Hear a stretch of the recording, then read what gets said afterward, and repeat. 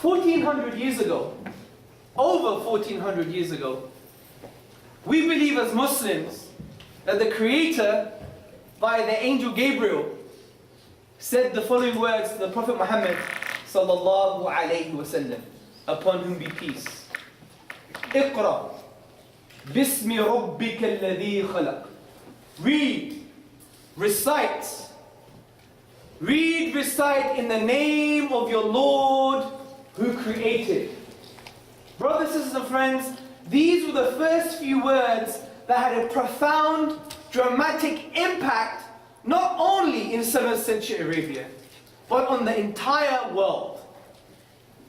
Because these first few words were the words that actually shook humanity. It shook the world.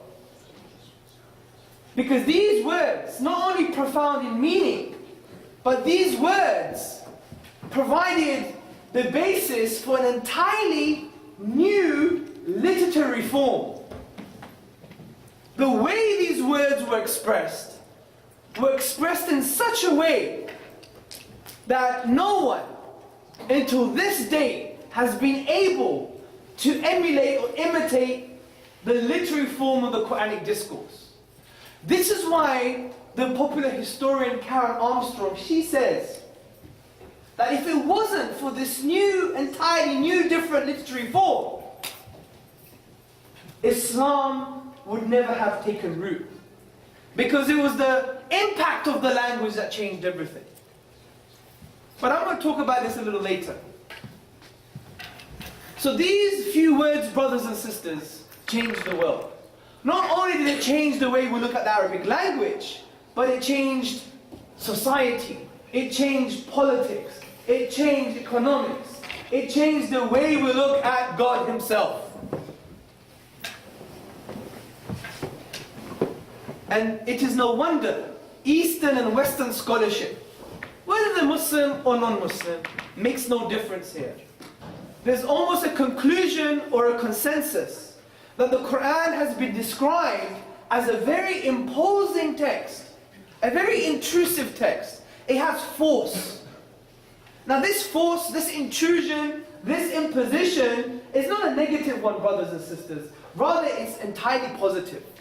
Because it seeks to positively engage with the inner dimensions of man, with the inner dimensions of the human being. It wants to positively engage with your aql, in Arabic meaning intellect.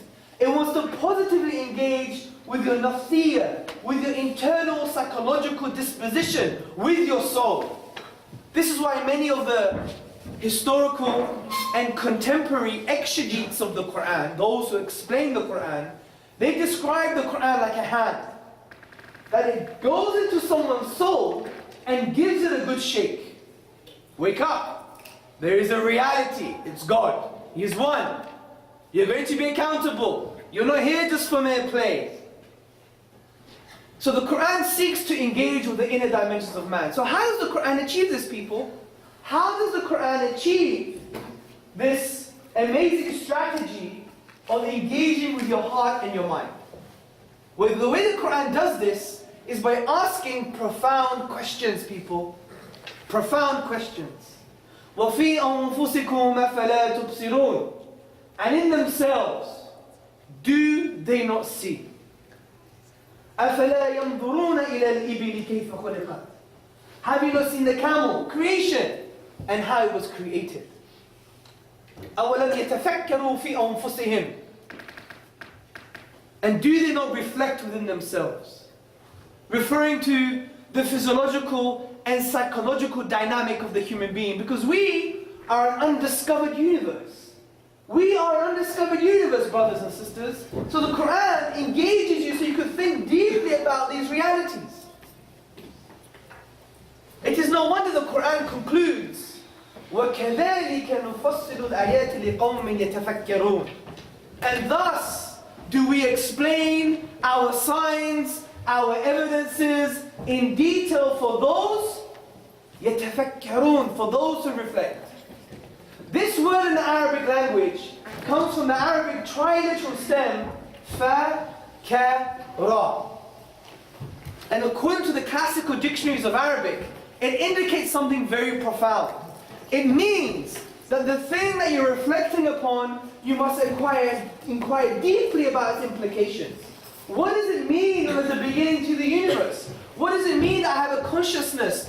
What does it mean that there is design in the universe? What does it mean that I have this innate disposition to sanctify things, which Muslims would call the worship instinct, the fitrah, the innate disposition to acknowledge the divine? This is what this word means. The triliteral stem, fa, ka, ra. That the thing that you're reflecting upon, you must inquire deeply about its implications. Don't be a desert romantic. Don't smoke your shisha and touch the sand and look at the stars and write poetry to your beloved. Rather, the thing that you're reflecting upon, the object of meditation, think deeply about it, particularly its consequences. So the Qur'an from this perspective is a very dynamic book, because it does seek to engage intellectually and emotionally. And it does seek to evoke thinking, to create that awareness within man. Because if you think about it, brothers and sisters, the 21st century is a century of scientific progress, but not thinking. Bold statement. The 21st century is a century of progressive materialism, but not progressive thought. We've regressed in thought. If you look at some of the children, just 1 century ago, a few hundred years ago, you would see these children, they would read the works of Homer. Homer's Iliad, classical Greek, that was the formation of the Greek language. There's 3 types of Greek. There's like pre-classical, classical, and post-classical, if you like. And this Greek is a very hard Greek. There were farmers in America that would just be peasant farmers, and while they're resting in the blazing sun, they'll take out of the pocket an ancient Greek story by Homer. And just have a little read. But today, we don't do that anymore. We don't think anymore. Why? Because we have immersive environments. The iPhone, the Xbox, the iPad, which is a ridiculous convention, because it's in between an iPhone and a laptop. You didn't even need it in the first place. Consumerism has you. It's changed you. I bet some of you who have an iPad think that I couldn't live without it. That's the nature of consumerism, isn't it?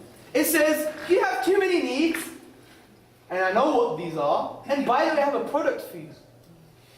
This is why Professor Qur'an, ironically, of Maryland University states that basically that in a capitalist consumerist society, we, the consumer, has to bail out the government by just buying more stuff. So greed is essential in this type of society.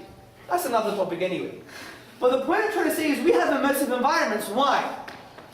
Because we suffer from something called self-annihilationism, self-destruction, because we don't like who we are.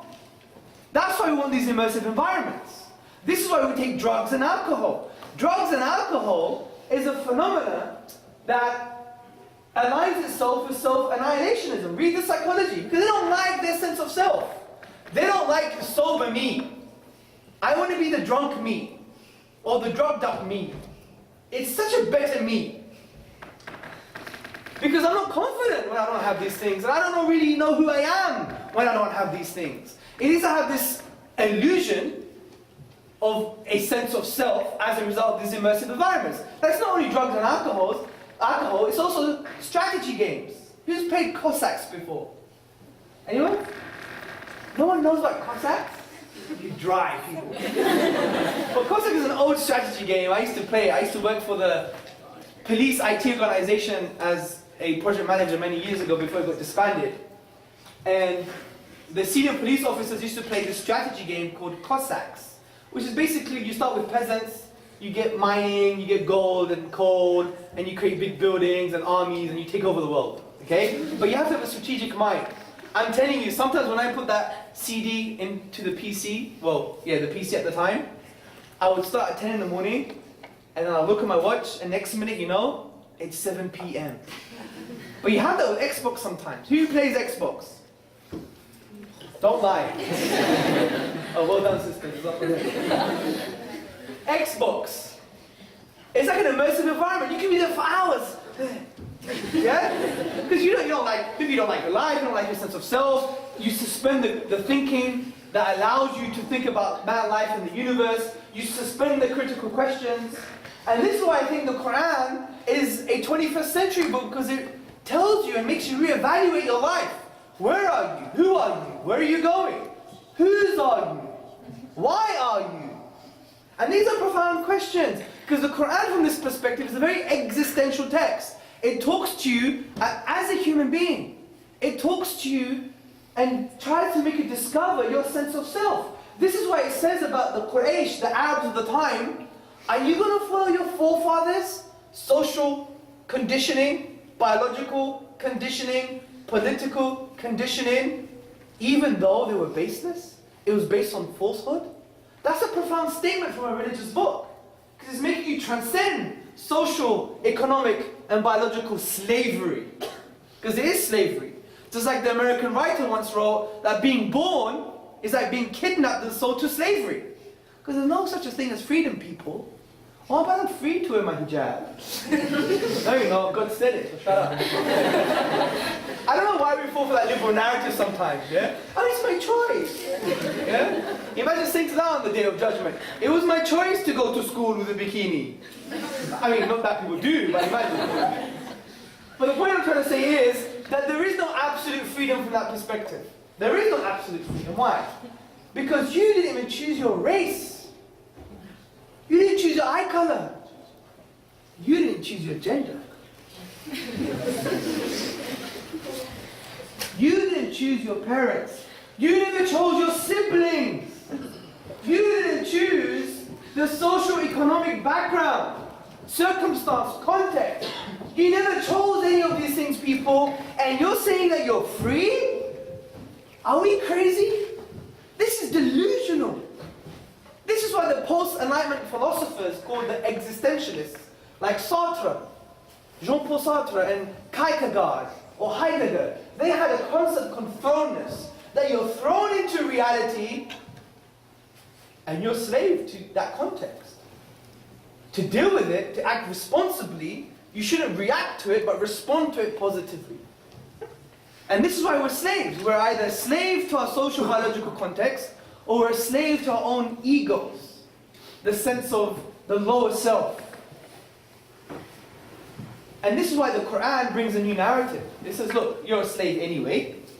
You're always going to be a slave. But how are you going to be an enlightened slave? And the Qur'an asserts that being a servant to Allah, a slave to Allah, a slave to God, having ubudiyyah, servanthood to Allah, you free yourselves from the slavery of your social biological context and the slavery of your own desires. That's the reality of a Muslim. Should be the reality of a Muslim. That we choose our slavery. I'm not going to be a slave to the system. Am I just a product of consumer society? Am I just a product of my DNA? Is that it? Is that who I am? Just a biological robot typing the code and there's me? No. Because I know something intuitive. There's something different and distinct and unique about moi. Yeah? Isn't there? Am I to be a slave to my own desires? The passions, as the Greek philosophers would say. Are you a slave to your passions? Just to eat and to consume and to have this kind of instinct of survival all the time. Or procreation for many people. Are we just a slave to these things? Or are we going to transcend this slavery and really free ourselves from these things by worshipping God? This is why God says in the Qur'an that He created mankind إِلَّا لِيَعْبُدُونَ, except for His worship. And worship, we know in the Qur'an discourse, is a comprehensive term. It doesn't mean headbutting the floor 5 times a day.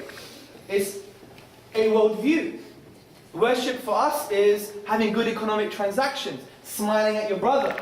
Worship for us is so comprehensive, it even includes ensuring that your spouse has physical and emotional satisfaction. Bet you didn't know that, people. Imagine your Pakistani uncle saying that to you.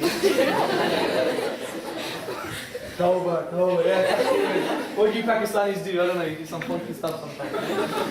I said funky. Yeah? So, worship is comprehensive. Even from this perspective, the Prophet Muhammad, upon whom be peace, told his companions, male and female, that he forbade the husband or the wife to engage physically with their partner. He forbade them to engage physically with their partner if they didn't engage in four places. You didn't know that, did you, about your Prophet? He's a 21st century man. He's a timeless man. These are the teachings that we should know. There's no taboo in these subjects. Why should there be? But the reason I bring these examples, because you're young, and I know I get you excited, and you listen to me further, it's a psychological ploy. But the other reason I mention these things is to show that worship is very comprehensive. So, the Qur'an freed man by making him think, and making him free himself from the slavery of social, biological, and political context. But the Qur'an shook the world even further, not in terms of making people think, but also it challenged the whole of mankind with regards to its authorship. Something very unlikely for a book. A religious book, 1400 years old, based in the 7th century, coming out with such a challenge, impossible. Well, it did. In the 2nd chapter, Surah Baqarah, verse 23, the Qur'an announces, وَإِن كُنْتُمْ فِي رَيْبٍ مِمَّا نَزَلْنَا عَلَىٰ عَبْدِنَا فَأْتُوا بِسُورَةٍ مِّن مِثْلِهِ وَادْعُوا شُهَدَاءَكُم مِّن دُونِ اللَّهِ إِن كُنتُمْ صَادِقِينَ. And if you are in doubt, that's what the Qur'an is saying. If you doubt, we live in an age of skepticism, an age of doubt. If you doubt this book, which we have sent down to our servant, referring to the Prophet Muhammad, upon whom be peace, then bring one chapter like it. A single chapter, people. It's only 3 lines long, the smallest chapter. Bring a single chapter if you are truthful in your claim. Now this relates to the inimitability of the Quranic discourse, which means the Quran cannot be matched. And there are various reasons for this. And I'm going to articulate some of these reasons. Let me first and foremost give you a background to the Quran. The Quran was revealed 14 centuries ago. The Quran was revealed over a period of time, a 23-year period. And many of its verses were revealed for specific times and specific places. Don't get me wrong, many of the verses are general, which apply to various contexts. But also, some of the verses were revealed for specific times and places. But what's very unique is that the Quran was formed into chapters. And these chapters are literary and numerically coherent. If that's the case, then how are they coherent if they're revealed over a 23-year period? It only indicates that the author knew the future. Because some chapters, the conclusion was written in the beginning. Then they went into the introduction, then start writing a little bit of the main part. Then they went back to the conclusion. Imagine starting an essay by starting with your conclusion, then going to the introduction, into the middle, then back into introduction, then going to the conclusion again. You won't have an essay, you'll have gibberish. Or in the Urdu language, you'll have bakwas. Yeah, lots of rubbish. Bak. Yeah, it's rubbish. So, the point is, brothers and sisters and friends, if the Quran is coherent from this perspective, then surely, how can it come from a human being? That raises a question that's a signpost to the divine. Let me give you an example.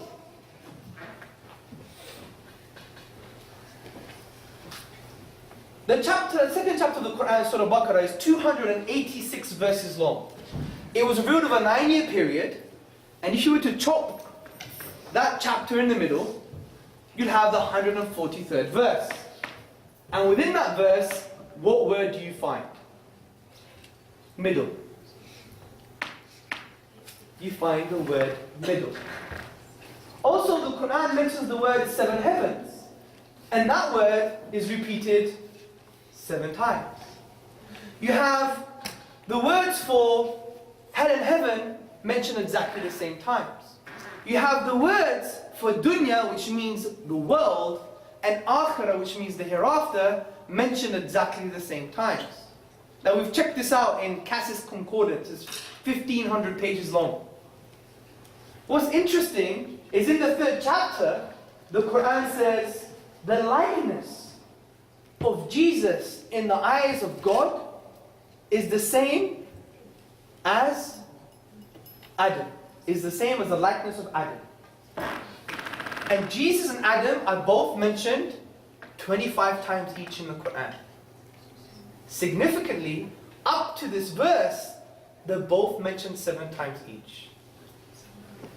There is a unique numerical consonance within the Qur'an. How can we explain this when the Qur'an was revealed over a 23-year period for specific times and places and formed together to develop chapters that were literally coherent, but also have this established numerical coherence also. This shows it's a signpost to the divine. It's a signpost to the divine. So there's a numerical coherence for you. Another argument that shows that the Qur'an is a signpost to the divine, a sign to the transcendent, it's its view in history. Now the Qur'an has an amazing philosophy on history. It says don't just record history, but reflect upon history. Look at the past nations. Think about their reality.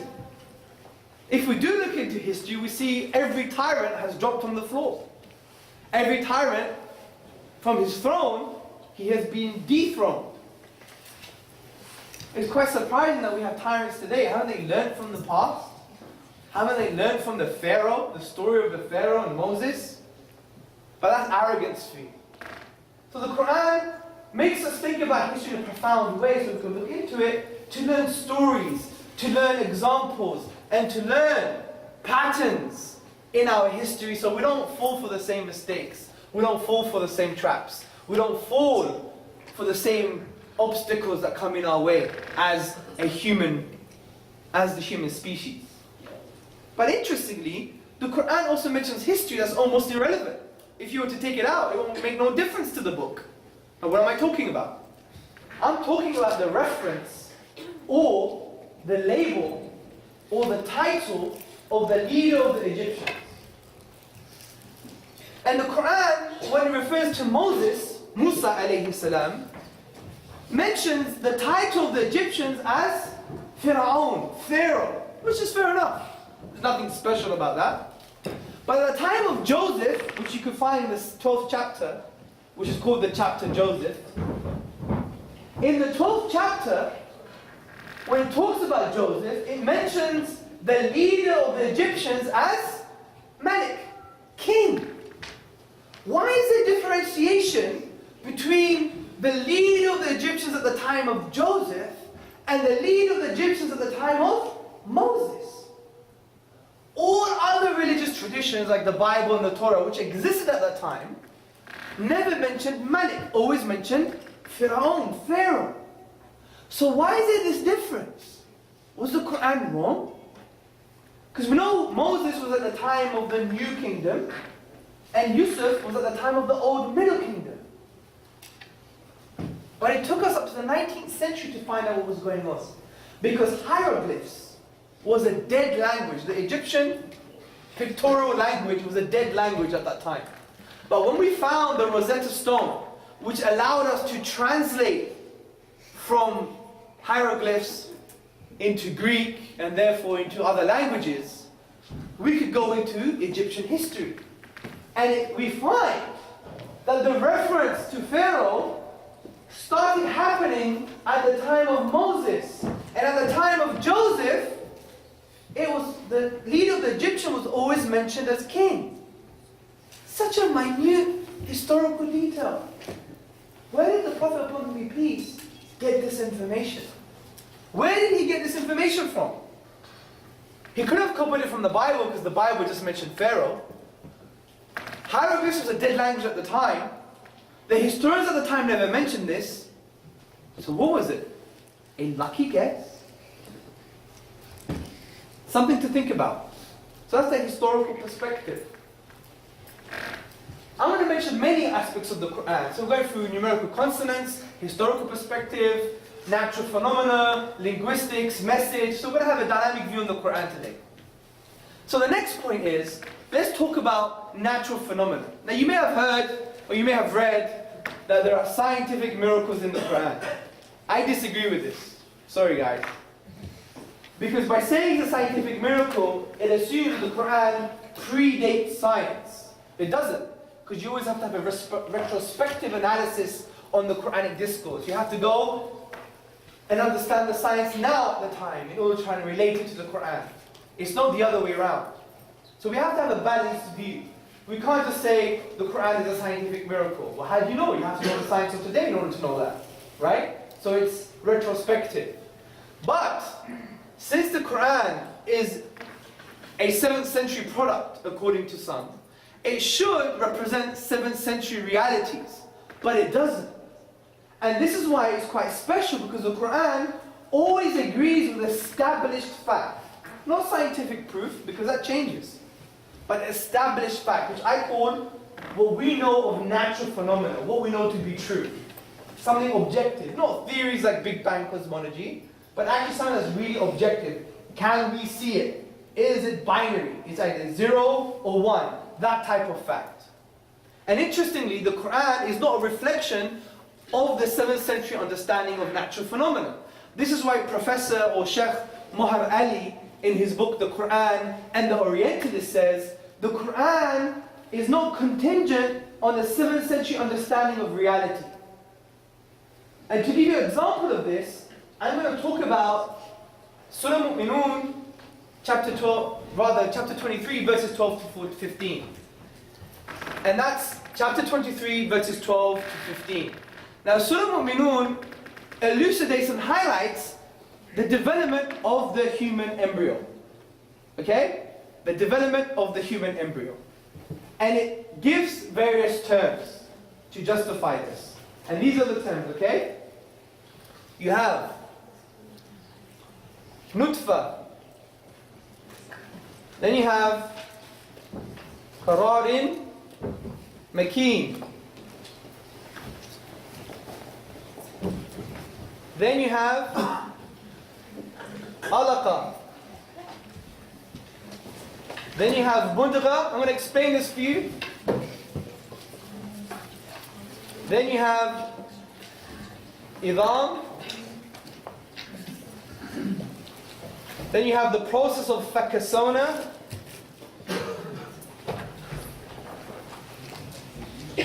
And then you have lahma. These are essential to understand, okay? Very simple terms in the Quran. Let me just break them down for you. Now the Quran mentions nutfa. Nutfa, according to Lisan al-Arab, which is a classical dictionary, refers to a sperm drop, or semen, or drop of fluid, or single pearl, or a drop from a bigger group of its kind. A drop of water left in a bucket from a bigger volume of water. Also, nutfa can mean, from a Quranic perspective, something that's mixed from two other single substances. Because the Quran elsewhere mentions that the nutfa can be a mixed substance from two other substances. And we know, according to the prophetic traditions, that this elucidates something from the female and the male and the female, indicating that the male has a sperm drop, and so does a female equivalent, which we call the egg. Also, the word nutfa is not a synonym for semen. It's coming from the semen. So it's a specific drop from the semen, because in the Quran it says nutfatin min maniyyin, meaning the nutfa is from the maniyin, the semen itself. Okay? Also, the Quran says sulala. It's an extract. The word sulala means something pure or an essential element from it. So think about this. The word nutfa is not just semen. It's a specific drop from semen coming from the male and female with an extract within it, with something specific within it. When I describe this to you, what do you think of? Sperm, right? Or an egg. We never had this understanding in 7th century Arabia. We only knew about the sperm in the 17th century. This is quite phenomenal. It's something we could discuss later. So the nutfa relates to modern embryology. If you read the works of John Allen and Beverly Kramer, or Ram Sharma, which are modern embryologists, the books are available in Borders, normal text, normal medical textbooks. They talk about the process of fertilization. And the process of fertilization is, you need a single sperm and a single egg to come together. And then it forms the zygote. And significantly, since this also means a specific drop, indicating a physiological process, that it requires fluids. And we know the sperm has to be contained in semen in order to have effective fertilization. And recently, if you read Bruce Stanton's physiology book, the egg has to be coated in oviductal secretions. So that has its drop as well, it has its fluid as well. So the Quran correlates. I'm not saying it's 100% specific and defined, but it's not wrong. Then it goes and says, qarar al-makin, which means to affirm, to establish, to make sedentary, which relates to the process of implantation.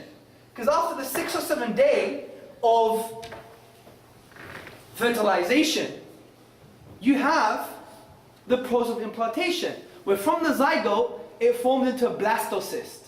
Now the blastocyst is where the cells divide a little bit more, and there's an outer wall. And the blastocyst sinks deeper and deeper into the uterine wall. It sinks deeper, and when it gets encased by a fibrin clot. And many of the embryologists like Ram Sharma, for instance, and Beverly Kramer, they say that it's completely encased, firmly fixed. So this indicates the process of implantation. Now we have the next stage, which is alaqa. Alaqa, according to the classical dictionaries and the dictionaries of Edwin Lane's lexicon, which is an academic corpus, 8 volumes, it indicates that alaqa means something that's hanging or suspended, a leech-like or worm-like substance, or something that's sticky because of the way it clings together. Now interestingly, this actually describes the next stage of the development of the human embryo. Because there are 2 processes that happen. You have the process of neurulation and the process of the longitudinal folding of the embryo. Neurulation is when the neural folds come together, and longitudinal folding is when the head and the tail are slightly brought together closer. The combination of these 2 processes around day 25 makes it look like a leech. To the point where you have embryologists and anatomists, for example, if you read Anatomy Demystified, they actually say that this embryo looks like a worm. And these, even like Keith Moore, for example, said it looks like a leech. Even P.Z. Myers, Professor P.Z. Myers from America, who is a biologist, a professor, and he's an active proponent against religion, he actually even described it in his blog as a worm. So it's in line with the description of what we know to be alaqa. But also the alaqa at this stage does look like something that is suspending or hanging, which is the other meaning for alaqa. For example, you see the embryo at this point. Okay, if you see the embryo at this point, it's connecting to this, which is called the connecting stalk. The connecting stalk. And to the point where Beverly Kramer, John Allen, the embryologist, they say that the connecting stalk acts as a thing to suspend the embryo. Uses the word, exact word for the meaning alaqa. So this is amazing. It's in line with modern phenomena, established reality. After that we have mudgha. Now mudgha in the classical tradition, the Lisan al-Arab, the classical dictionary, other dictionaries, means a morsel of flesh, a chewed piece of meat, or something that the teeth have left their bite marks on. And what you see, after the alaqa process, you have the embryo looking something like this, and you have these things on the notochord. Okay? These are called sclerotomes, as a result of somite formation. Now the somites travel to the notochord and they form sclerotomes, which is the precursors to things like the backbone, and they look like teeth marks. Just Google it, or go and buy a book. They look like teeth marks, like someone's bitten it. Chop. Now elsewhere in the Quran, the mudgha stage refers to something that is formed and unformed. Because the Qur'an clarifies, meaning the mudghah is when it's formed and unformed. And at this stage, it's quite true. And it's called the organogenetic period. Now the organogenetic period is where the organs start to develop, but they're not fully yet formed. Amazing. Then we have idam. Idam is simply bone formation. And we know bones start to develop around the 6th, 7th week, where you have especially the development of the limb bones. And they are with regards to the cartilaginous models of the bones. After this, you have an amazing process which is called fakasona. Okay? Fakasona, which means, and then we clothe, or kasona means to encase, to drape, to inline, to aggregate. And then it says the flesh. So then we clothe or encase, drape the flesh. Think about the process. Now what happens after the development of the idam, the cartilaginous models of the bones? You have the myoblast cells, which are precursor cells to muscle formation. They migrate distally and migrate themselves over the forming limb bones. Which is, and then we clothe, drape, encase, aggregate over the bones, the flesh itself. Now there's a contention that people say, there are many contentions which we'll deal with if we have a Q&A. And one contention is, well, you know, the word lahma actually means flesh, it doesn't mean muscle. So it's incoherent. You should use the Arabic term adlat, which means muscle. But it's wrong. Because we read the works, for example, by Beverly Kramer, John Allen. They say at this process, it's not only muscle that's being formed, but other connective tissue, like tendons. And that's what flesh is. It's not only muscle, but it's other connective tissue, like tendons. This is why if you have a nice shawarma, you know what shawarma is, yeah? A lot of Arabs in Manchester, yeah? And you have a bite, sometimes you have this funny cartilage thing, or this squiggly thing that when it gets stuck in your teeth, and if you leave it in there overnight without brushing your teeth, it'll be painful, yeah? It'll swell up.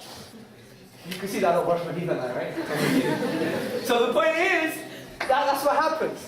So we see that it's not a scientific miracle per se, but whatever is established reality the Qur'an agrees with. So we ask ourselves the question, how on earth can it be a product of the 7th century? Because the understanding of embryology at the time was a Galenic and Aristotelian understanding. And the Qur'an doesn't emulate Galen or Aristotle's works on the development of human embryo, because Galen had the absurd view that semen came from blood, and that the two semens meet, then mix with menstrual blood, something the Qur'an doesn't mention.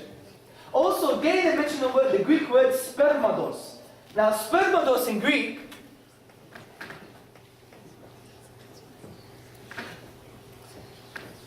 okay, spermados in Greek, now obviously means sperm, but in the 2nd century understanding, it meant semen, with regards to its physical product, the whole of the semen. But the word nutfa is not a synonym for semen, because we already discussed, it's from the mani, it's from the semen. Do you see? And it's an extract, it's something specific. But the Galenic understanding was, it's just semen. So the two terms don't match. Also, Aristotle had bizarre views that only the semen was from the father, not from the mother. She had no responsibility for the genetic makeup, which is not in line with the Quranic or the prophetic traditions. Also, Aristotle had the bizarre view that the semen mixed with the menstrual blood. Menstrual blood is not mentioned in the Quran with regards to the development of the human embryo. Also, Aristotle had the bizarre view that depending what the embryo is, it will be a male or female. Now you may say, well, the Prophet still copied him because it's impossible that he knew this stuff, and he still copied him, but he just threw away what was wrong. Oh, that's interesting. How the hell did he know what was wrong? Let's suppose our perspective. If he knew what was right, and knew what was wrong, and threw out what was wrong and kept what was right, what does that say about his knowledge? Is it human? Or is it from the divine? Something to think about. So we spoke about the numerical consonants, we spoke about, excuse me, the history, and we spoke about the natural phenomena.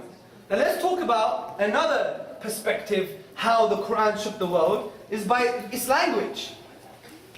Now as we said, the challenge of the Quran, when the Quran says, وإن كنتم في ريب مما نزلنا على عبدنا فأتوا بسورة من مثله وادعوا شهداءكم من دون الله إن كنتم صادقين. This was a challenge, a linguistic challenge originally, because the Arabs in 7th century Arabia, they were the best at expressing themselves in the Arabic tongue. They were Arabic linguists par excellence. And we know this because many historians and scholars today and in the past, for example, Ibn Rashid, an Arab historian, he states that the Arabs at the time would celebrate on two things: when a boy was born and when a poet rose amongst them. Think about this. When a poet was born, when a boy was born and a poet rose amongst them. Because there was a socialization of poetry, that poetry is an amazing thing. To express yourself is amazing. But the Qur'an came down and de-scoped the Arabic language. Who's seen the message? Who remembers Hind? Hind is actually, she's a Greek actress. Do you know that lady? She's really Greek. And you remember Hind, what did she say when the Qur'an started to be revealed in that film? And the reason I'm mentioning this because she summarizes it perfectly, yeah? What did she say when she's doing something with her clothes? Talking to her husband. Abu Sufyan. Abu Sufyan. What did she say? She goes, how can an illiterate man come from a mountain and start blazing with poetry? Yeah? And that's the reality. An illiterate man, which was the Prophet Muhammad upon him be peace, he came and he de-scoped the Arabic language. Because the Qur'an challenged the best people placed to challenge the Qur'an. But they failed. And the reason they failed because of the inimitability of the Qur'an. It cannot be matched. And there's two main arguments. One argument is based on its eloquence. Its placement of words, the way it uses words to communicate. And the other one is unique, literary, I'll abbreviate to literary form.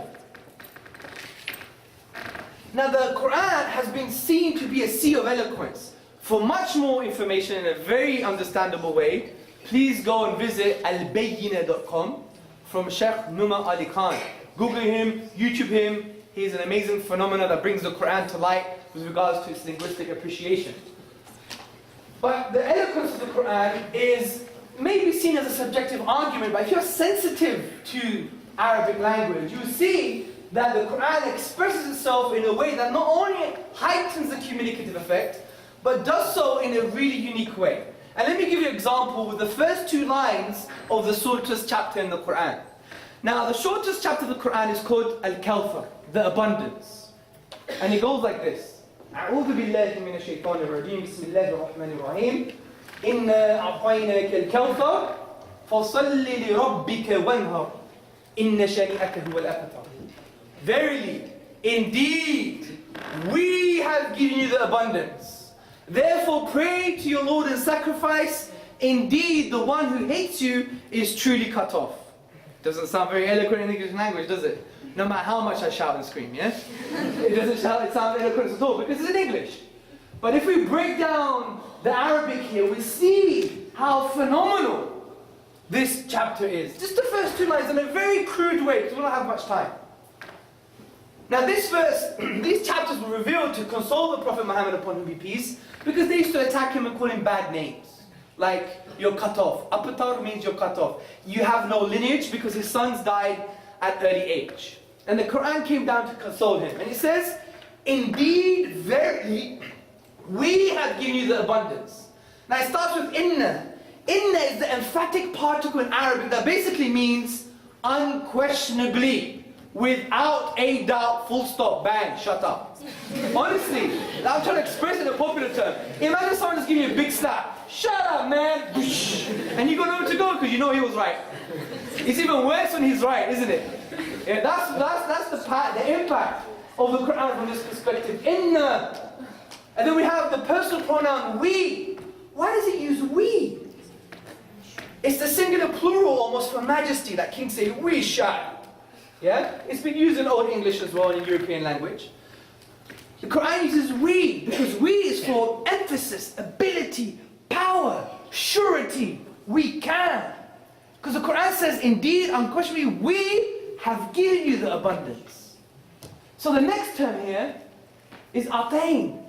Now atain here, from the Arabic language perspective, is a very profound use of language. You have to search in the ocean of the Arabic language to find such a word. Because this word doesn't just mean to give, it means that the thing I'm giving you, I own. And the thing I'm giving you with my own hand. Just one word has these connotations. Which indicates that even more of a surety is definitely that we have given you the abundance. And then the first verse ends, Al-Kawthar, which we know theologically means the river in paradise, but it comes from the triliteral stem, Ka, Tha, Ra, which have words in Arabic such as kathir and aktharu, multiple, plentiful. So he's saying that God has given you multiple things. So look at the emphasis, almost the exaggeration of the first chapter. Inna a'tainaka al-kawthar. Verily, we have given you something that we own and give you with our own hand, the abundance. And look at the shift now. The second verse.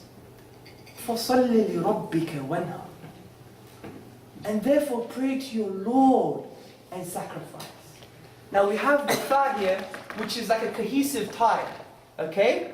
Because it connects the first verse with the second verse. It's like so or therefore. Some Arabic scholars say this is sababi, which means it's causative. Meaning, you know what's going on in the first verse, therefore do this. So, فَصَلِّ لِرَبِّكَ وَانْهَرْ. Therefore pray to your Lord. The word is used here, Rabb. Different use of personal pronoun. Rabb. But in the beginning, in the first verse, what was used? We. And now it's shifted to Rabb. So it was we, now it's shifted to Lord, which is best described as master or the one that nurtures you and loves you.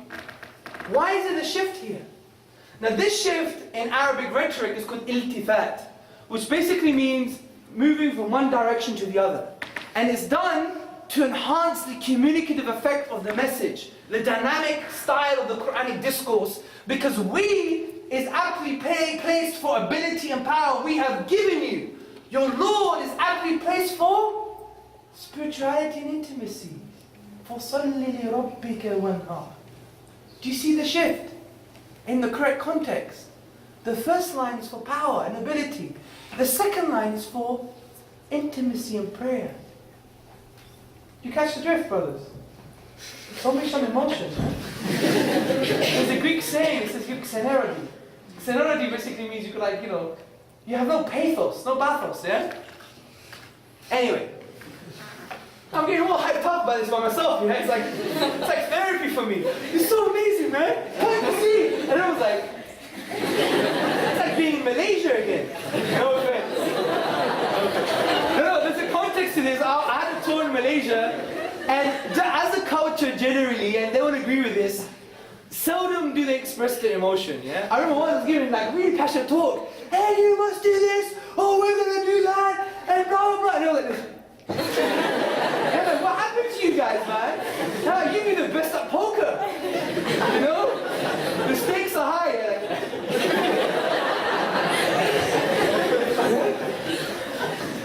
And after, but they're very good at writing. So on Facebook, we'll be like, oh, Hamza, that was great. I loved it so much. I was so in tears. I'm like, where were you, man?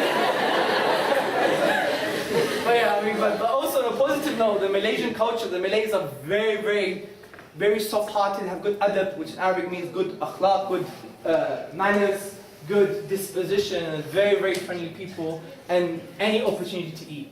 Honestly, I was in an interview once and they gave me food. I came out of the interview, they give you food. You wake up for prayer, you have food. Like, wow, how do they stay so slim? It must be that fruit that they have. It's called durian. Now durian is called the king of fruits.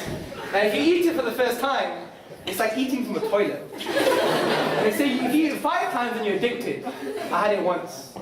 And then it was like there was a toilet in my stomach. It's like really smelly, fleshy, it's massive, fleshy fruit. Anyway.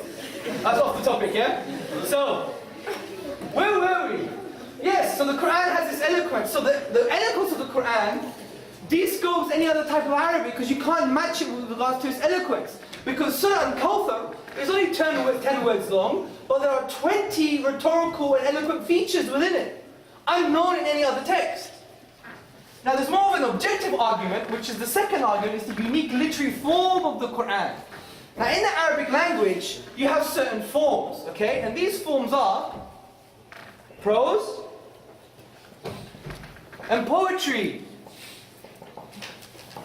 Now prose has two further styles, generally speaking, called rhyme prose or saja, and normal speech, which is called mursal.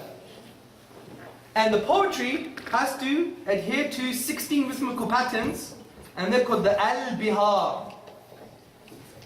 Okay? Now, with regards to rhyme prose, it also has its own rhythmical pattern, but it's not based on syllables. This is a syllabic rhythmical pattern, syllabic, and this is accent-based rhythmical pattern. There's a big difference. That's based on the length of syllables, that's based on the accent. Let me give you an example. Baba, black sheep, have you any wool? Yes, sir, yes, sir. See, I can control the masses. You didn't even do that from nursery.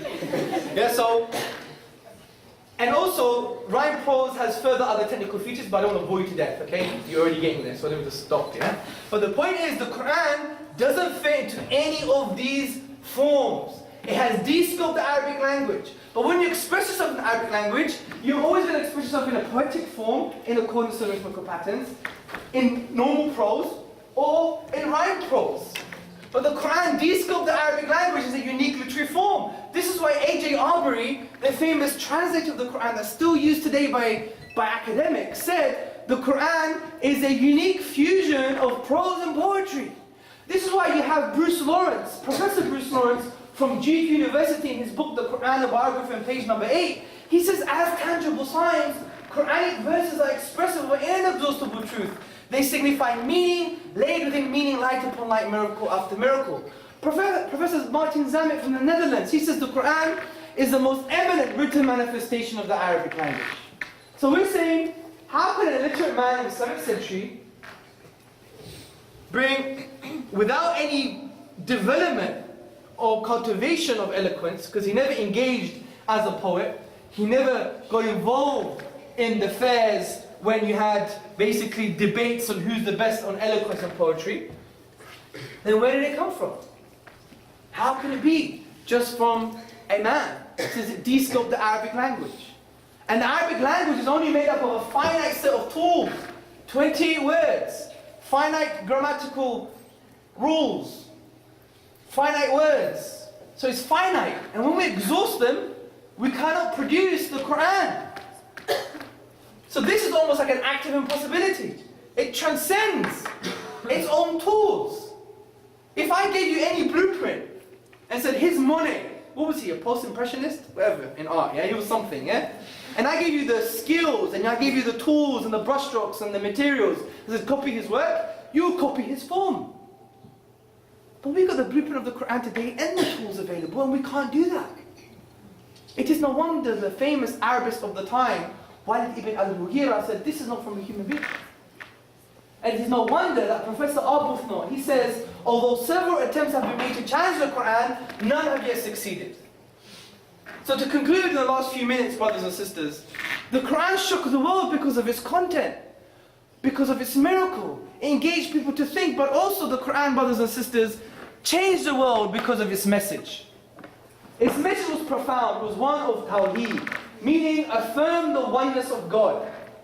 You know what I spoke about slavery in the beginning? You're a slave to yourself, you're a slave to society or political context, or you're a slave to the divine. This is what the Qur'an is telling you. Affirming the oneness of God, of Allah, is actually the message of the Qur'an. It's the central pillar of the Qur'an and the message of all the prophets. Don't attribute partners with the divine. Don't say that he is like a human being. Don't engage in anthropomorphic activity and conceptualization. He is transcendent. He is the divine. And this is why the Qur'an came to say, look, worship is not a requirement for God. God doesn't need our worship.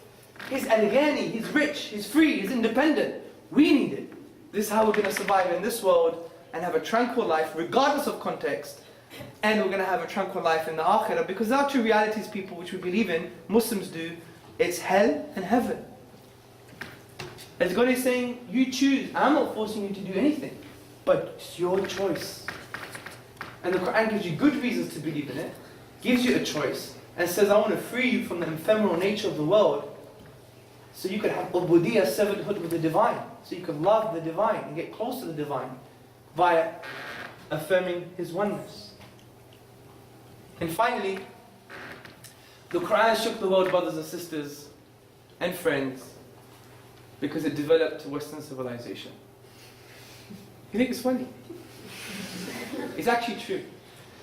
The Qur'an gave us the presumption of innocence, the Qur'an gave us scientific progression, the Renaissance, and the Qur'an gave us treaties of tolerance.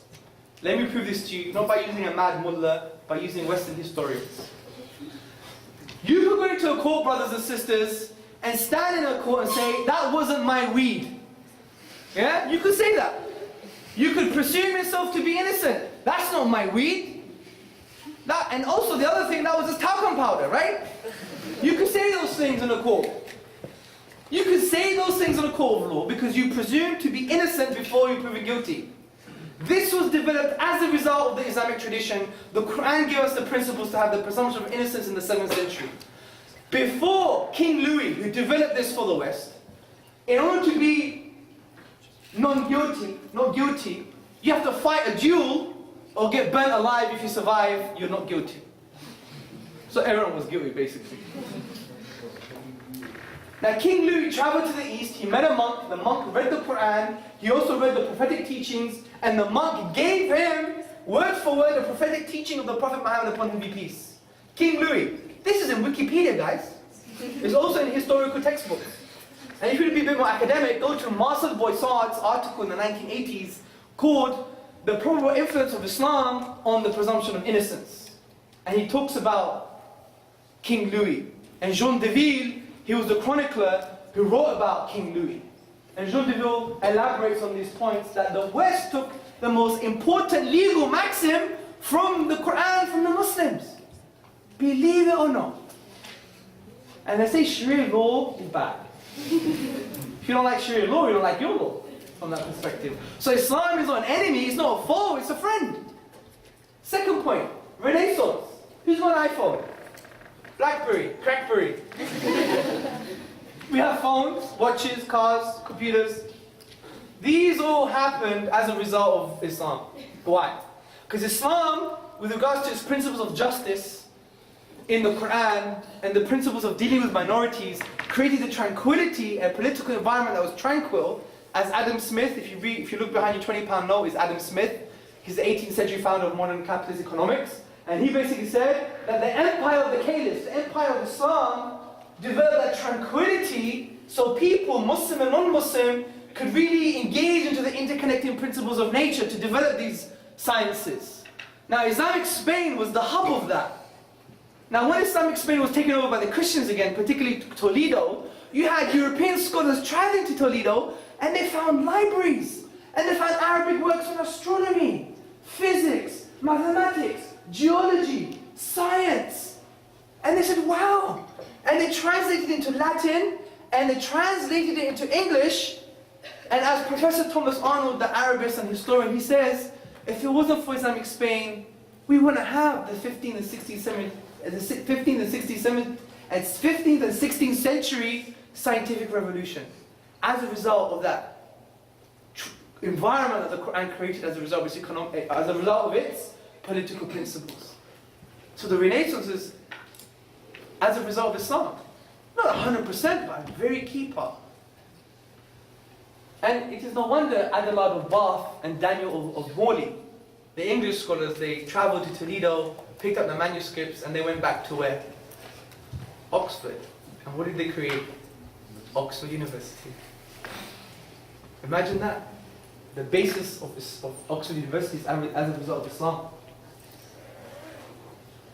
What about treaties of tolerance? Read the works by Christopher J. Walker in his book Islam and History. He states that John Locke, who wrote the works on civil governance, and he influenced the Constitution, the American Constitution, influenced the founding fathers of America, and he also wrote treaties on tolerance. He was influenced as a result of Islamic learning, because his teacher was who? Edward Pocock, the first Orientalist in the 17th century. He was the man who travelled to the east, I believe in Palestine and elsewhere, and took Islamic manuscripts on these issues. And John Locke in his own words says that there's no other man I like to sit in and listen to other than Edward Pocock. And he was what? The head of Islamic studies at Oxford University in the 17th century. And he directly influenced John Locke. And if you read on civil governance, he says that rulership is a divine trust, a vicegerency. Someone translate vicegerency for me in Arabic. Khilafah, which is the sultanate, the caliphate. He took the staff from the Muslims. So Islam shook the world, and it shakes your world today when you go to court. It shakes the world when you pick up the phone because of technology, the scientific progression. And it shakes the world because you all can sit here in this room and be from different traditions and talk together. Islam had that influence. The Qur'an shook the world from this perspective. Thank you very much for listening.